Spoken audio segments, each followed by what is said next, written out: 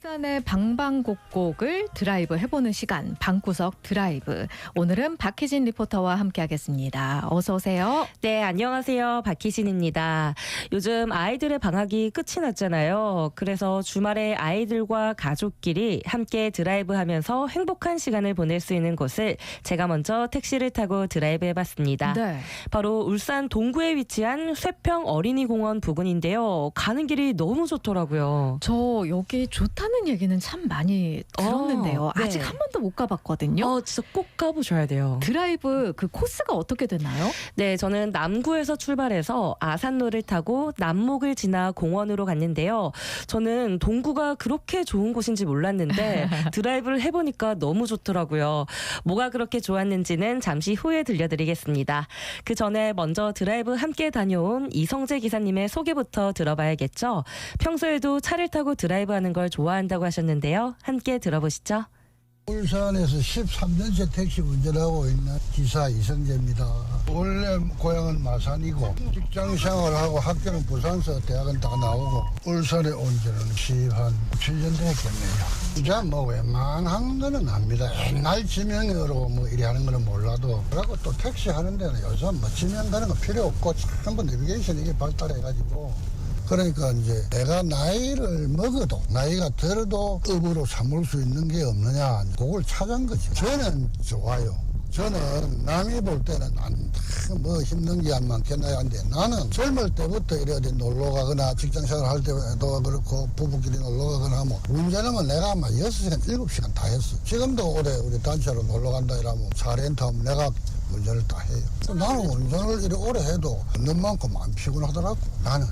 희한해요. 보통 업으로 뭔가를 하고 있는 분들은 이게 사적인 공간에서는 나는 그거 이제 절대 안 해 이러는데 네, 진짜 맞아요. 적성에 맞으신가 봐요. 네, 맞습니다. 이런 기사님과 함께해서 또 좋았던 것 같은데요.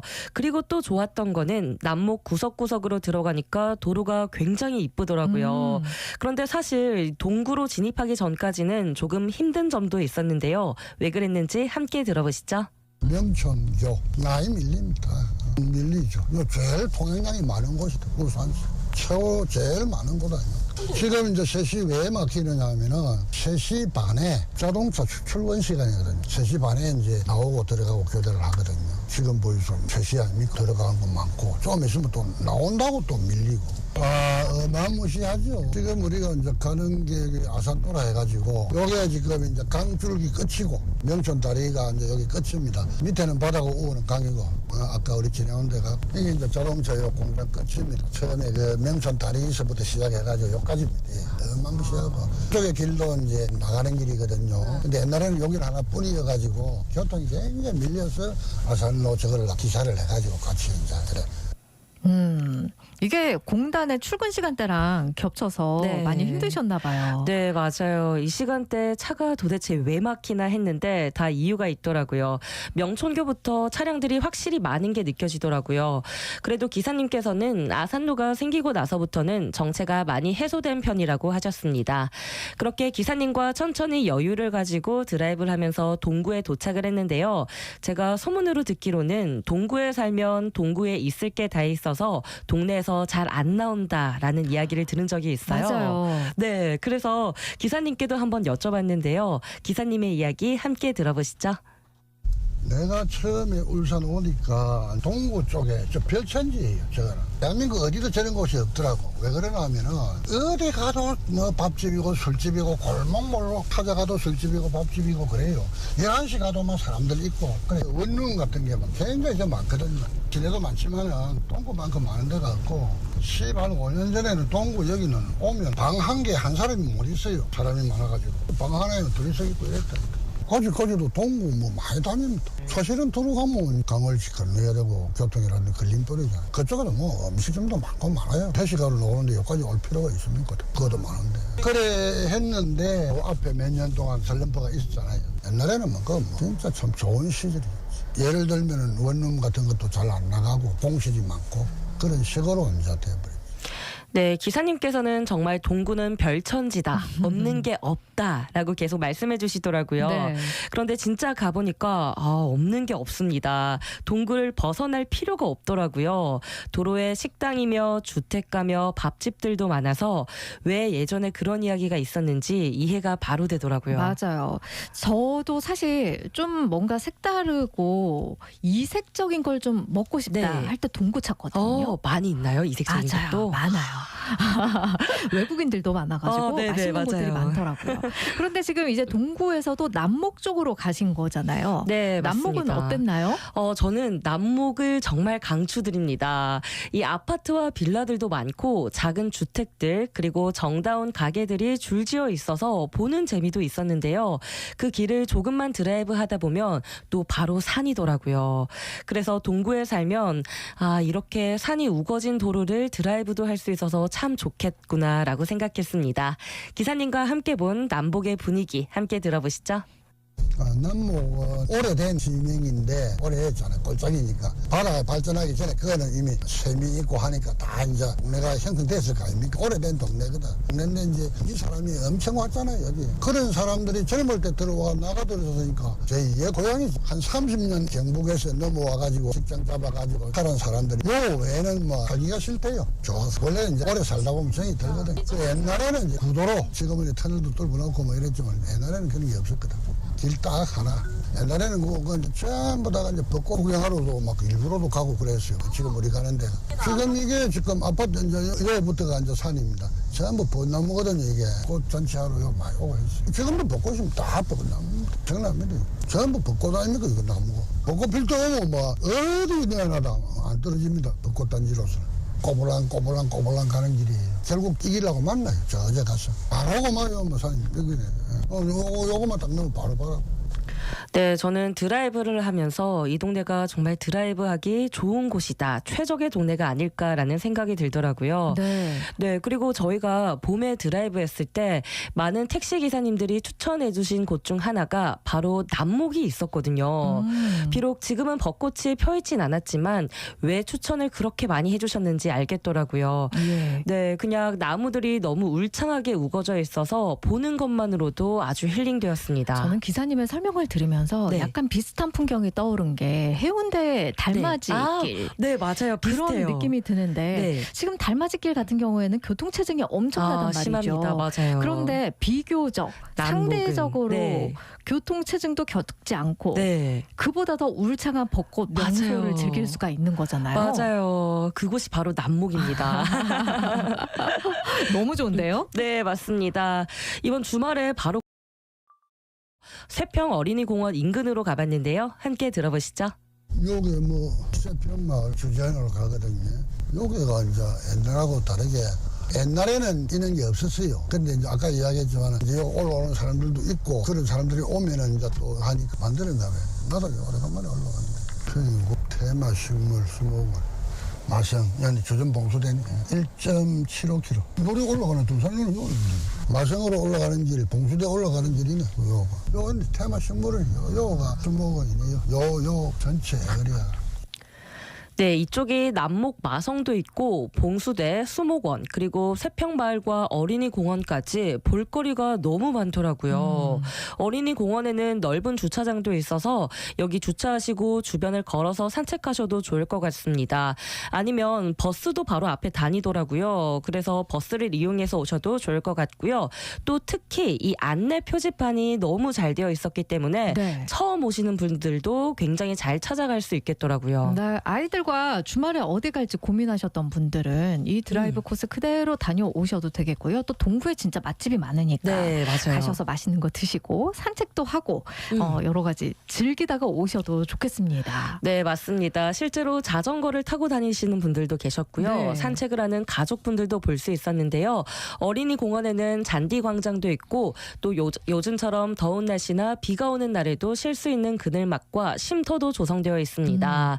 이 도심 속 공원과는 또 다른 매력을 가진 산속의 세평 어린이 공원인데요. 정말 추천드립니다. 네, 자, 오늘은 울산의 동구 일대를 이렇게 드라이브 해봤습니다. 진짜 눈에 그려지듯이 생생하게 볼 수가 있었어요. 희진 씨의 드라이브 코스 추천까지 정말 잘 들었습니다. 고맙습니다. 네, 감사합니다. 키워드로 울산의 다양한 면을 찾아가 보는 시간입니다. 키워드로 보는 울산 남선영 작가님과 함께하겠습니다. 어서 오세요. 네, 안녕하세요. 남선영입니다. 요즘 아이들 방학도 끝나고 개개인 휴가 시간도 마무리가 되는 그런 시간이잖아요. 네. 사실 일상으로 돌아가야 한다는 걸 다들 알고 있는데 그 텐션을 원래대로 유지한다는 게 진짜 쉽지가 않거든요. 네. 그래서 잠깐이라도 쉬는 시간을 주는 게 좋겠다. 오늘은 쉬는 시간을 함께 할 수 있는 곳을 공원으로 생각을 하고 키워드로 준비를 해봤습니다. 네. 처서도 절기상으로 지나고 네. 이제 좀 선선한 기운이 그래도 조금은 느껴져요. 맞아요. 그래서 공원이 떠오르기도 했었는데요. 울산에 생각보다 크고 작은 공원들이 많이 있잖아요. 네, 맞아요. 실제로도 매해 국토교통부랑 한국국토정보공사에서 1인당 도시공원 조성 면적을 조사를 하고 있는데 2013년부터 지금 10년 동안의 통계를 보니까 꾸준히 증가를 하고 있다고 합니다. 네. 실제로도 도시공원이 늘고 있대요. 다만 지역별로 편차가 좀 크던데 울산 같은 경우에는 1인당 도시공원 조성 면적이 2021년 기준으로 10.7제곱미터입니다. 이게 전국의 13위 정도로 하위권 수준이라고 하거든요. 그래도 증가를 하고 있는 모양새이긴 하고 2018년에 세계보건기구가 발표한 권고 기준이 9제곱미터였거든요.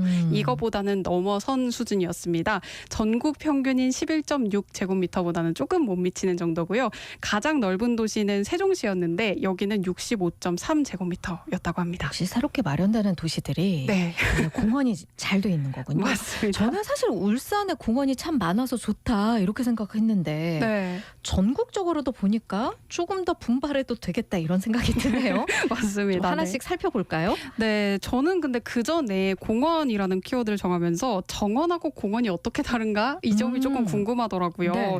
이게 소개를 해드릴까 하고 생각을 보니까 이제 태화강 국가정원은 정원이고 울산 대공원은 공원이잖아요. 두 개 다 이제 쉬어갈 수 있는 넓은 공공의 공간인데 오. 왜 누구는 정원이고 공원이지? 혹시 이 둘의 차이를 알고 계신가요? 그러게요. 천천히 걷고 풍경을 좀 즐기기에는 제 입장에서는 네. 둘 다 공원이 맞는 것 같거든요. 그쵸. 근데 뭐가 다를까요?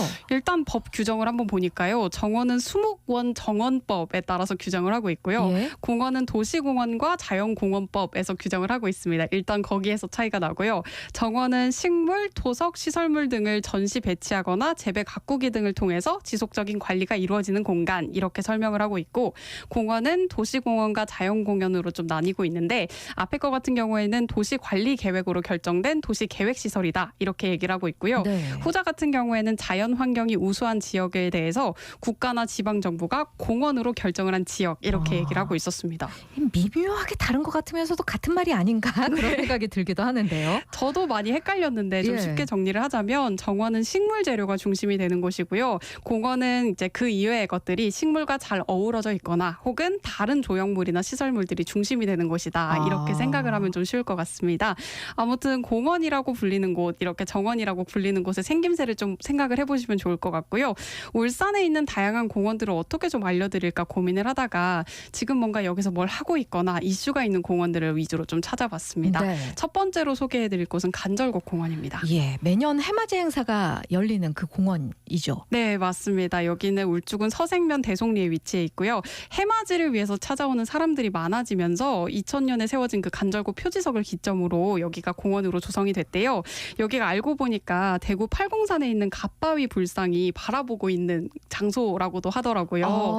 그러면은 대구 네. 팔공산에서 갓바위 불상과 시선을 같이 하면 울산의 간절곶이라는 건가요? 네, 맞아요. 그래서 대구에서부터 울산을 이렇게 해가지고 경상도 부울경 지역을 여행 코스로 삼는 분들이 생각보다 많다고 해요. 그래서 꼭 해맞이뿐만 아니라 다양한 이유로 많이들 찾고 계시는 곳이었습니다. 예. 네. 그리고 제가 언젠가 코너에서도 얘기를 했었어요. 여기 네. 게임 굉장히 게임의 성지로도 많이 느껴지거든요. 네, 맞습니다. 그렇게 그 찾아오시는 푸켓 분들. 뭐 이렇게 맞아요. 있는. 네. 그래서 그렇게 찾아오시는 분들도 많은데 네. 여기에 그 여담이지만은 그 간절곶이라고 영문 표기 구조물이 있었잖아요. 네. 그 방문객들의 포토존으로 활용이 되는 곳인데 한때 여기 스펠링이 잘못돼 있어서 창피를 당한 경험이 있었다고 해요. 지금은 정확하게 표시가 돼 있는데 어쨌든 여기에는 이제 녹지가 공원의 면적의 절반 이상을 차지를 하거든요. 그래서 여기는 되게 자연과 잘 어우러져 있는 곳이다라는 얘기를 좀 드리면서 이슈를 소개해드릴까 합니다. 네. 어떤 이슈가 있냐면요. 이게 초록이 잘 어우러진 곳이라서 그런지 이 안에서 정원 행사 같은 걸 한다고 합니다. 이게 정식 명칭이 2023 울산 정원 스토리 페어라고 하고요. 예. 부제목은 내 삶에 스며드는 정원이라고 합니다. 공원에서 네. 정원을 선보이는 거군요. 네, 맞습니다. 울산이 최근에 정원 도시로 좀 부상을 하고 있잖아요. 네. 시민들한테 정원 문화에 대한 정보도 좀 드리고 실제로 정원을 꾸미려면 어떻게 해야 되는 건지 이렇게 체험할 수 있는 기회도 주는 행사라고 해요. 여러 가지 작품도 마련이 돼 있고 선착순으로 화분도 드린다고 하거든요. 9월 6일까지 참여자 신청을 받는다고 하니까 궁금하신 분들은 검색창에다가 울산 정원 스토리 페어라고 검색을 해보셔도 좋을 것 같습니다. 울산 정원 스토리 페어. 네. 사실 남선영 작가님은 네. 아직은 실감하지 못하는 나이이실 것 같아요. 그런데 제가 40대 넘어가면서 딱 느꼈던 게 네. 중년들이 이래서 산과 산을 많이 찾으시는구나 하는 네. 생각이 들 정도로 뭔가 힐링이 필요하다 할 때 식물을 찾게 되더라고요. 그렇구나. 식물의 힘이 필요하다 하는 네. 분들은 울산 정원 스토리 페어 여기를 검색해서 다녀와 보셔도 좋겠습니다. 네, 여기 주변에 송정공원, 솔개공원, 대바이공원 이렇게 공원들이 오. 정말 많아요. 네. 이렇게 작고 크고 작은 공원들이 많기 때문에 좀 취향에 맞는 공원들을 다녀오시는 것도 추천을 드리고요. 다른 공원을 또 소개를 해드리자면 동구에 있는 대왕암 공원입니다. 여기는 사실 너무 유명한 곳이잖아요. 그렇죠. 그래서 제가 알려드릴 게 뭐가 있을까 하고 찾아봤더니 내일부터 여기 이 인근에서 2023 울산 조선해양축제가 열리더라고요. 그래서 원래 이 축제가 한여름에 열리는데 네. 꽤 올해는 늦어요. 그죠? 원래는 7월 말쯤에 열릴 예정에 있었는데요. 그때 전국적인 집중호우 현상이 좀 있었잖아요. 네. 그래서 수해를 입은 이웃들을 위해서 그 아픔을 좀 함께 하고자 행사를 이맘때로 미뤘다고 합니다. 그런데 또 바꿔서 생각해보면 그 한여름에 땡볕 아래에서 하는 축제보다 네. 지금 이렇게 선선한 저녁 때 네. 만나는 해양 축제도 괜찮을 것 같아요. 진짜 그렇게 느껴지는 게 이렇게 나이트런이라고 해서 달리는 행사도 있고요. 오. 맨손으로 고기를 잡는 행사라든지 이전처럼 기발한 배 콘테스트도 하고요. 워터밤이라고 해서 물을 뿌리는 행사도 한다고 합니다. EDM 파티도 하고요. 요즘에 SNS에서 굉장히 많이 나오는 행사들이잖아요.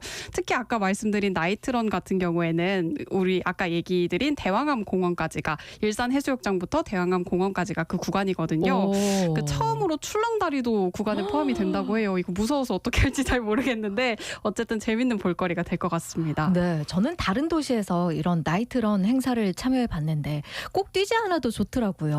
걸어서 가는 것도 네. 그냥 시간 안에만 들어오니까 다들 그냥 허용해 주시더라고요.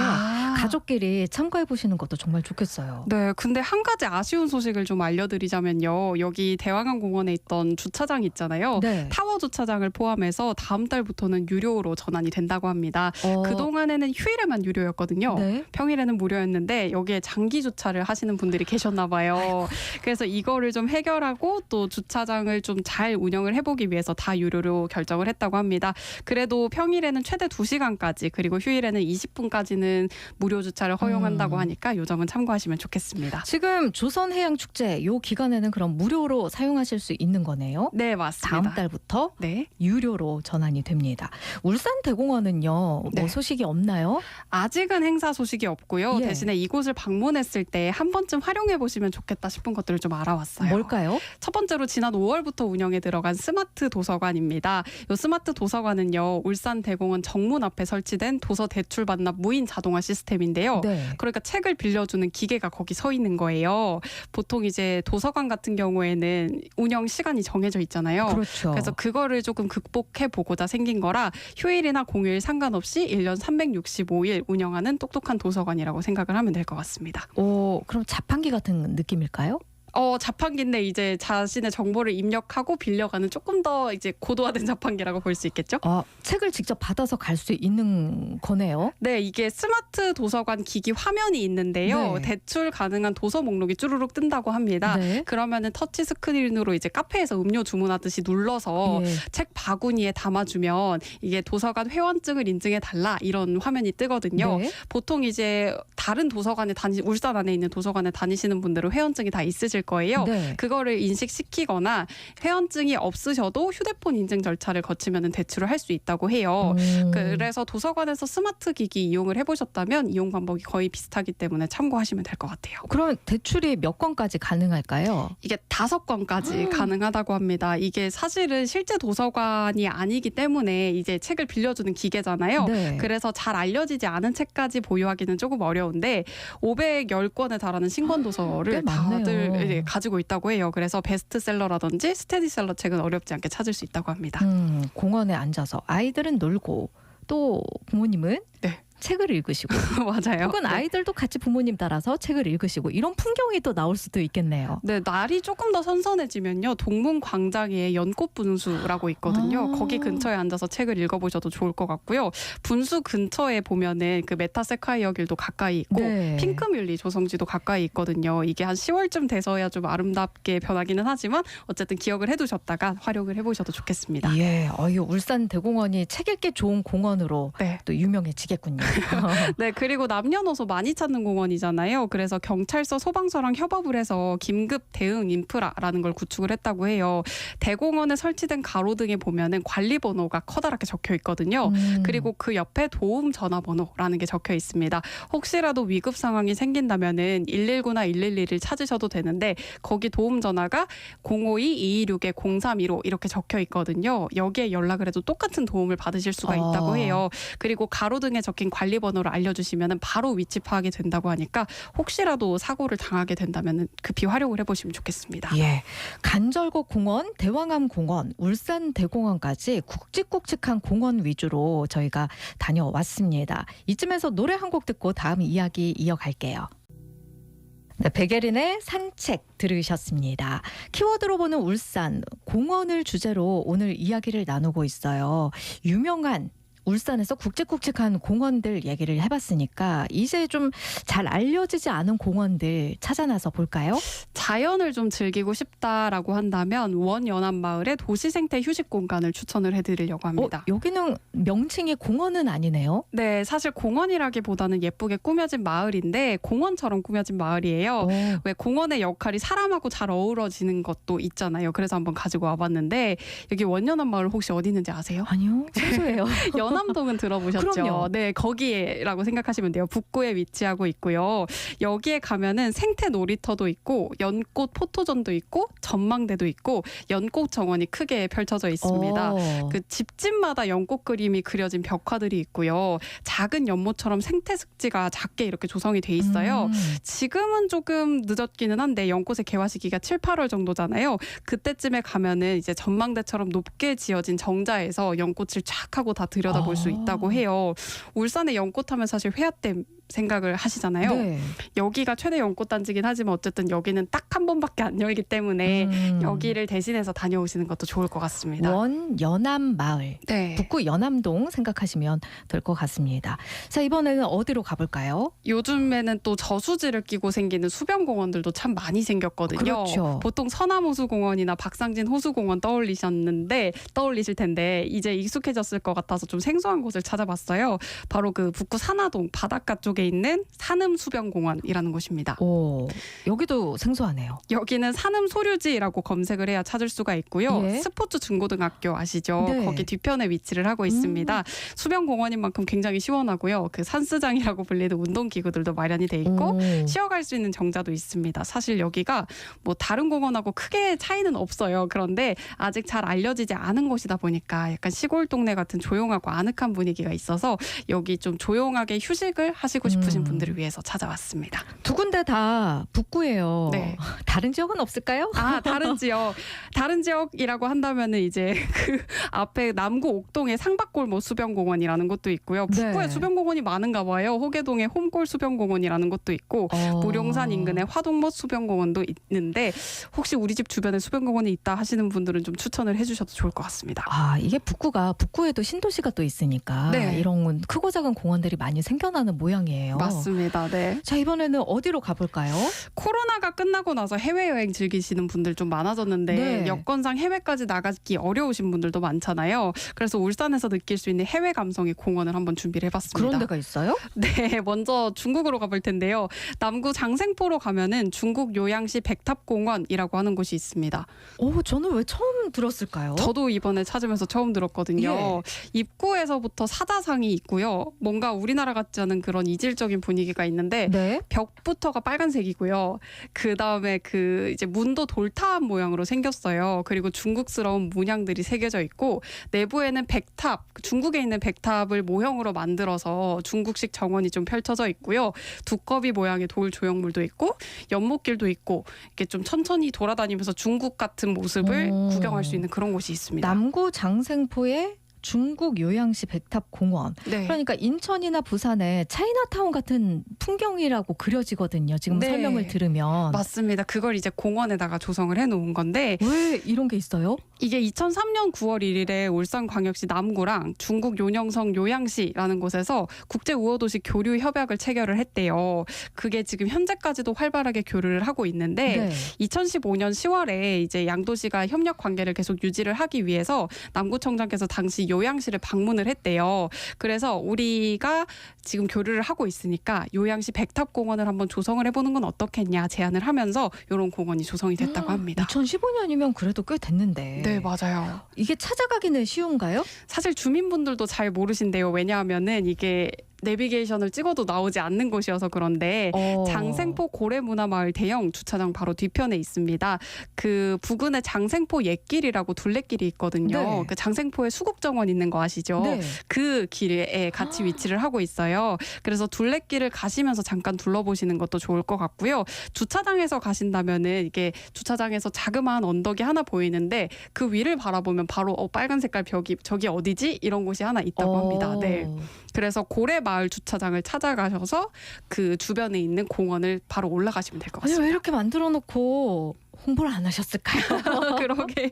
네. 저도 한번 가봐야겠습니다. 네. 생각외로 진짜 생소한 것도 많고 가보고 싶다 하는 곳들이 많아서 정말 반가운 그런 오늘 시간이기도 했습니다. 이런 곳들이 또 더 많이 생겨났으면 좋겠다는 그런 생각도 들었어요. 키워드로 보는 울산 공원으로 얘기를 해봤습니다. 지금까지 남선영 작가셨어요. 고맙습니다. 고맙습니다.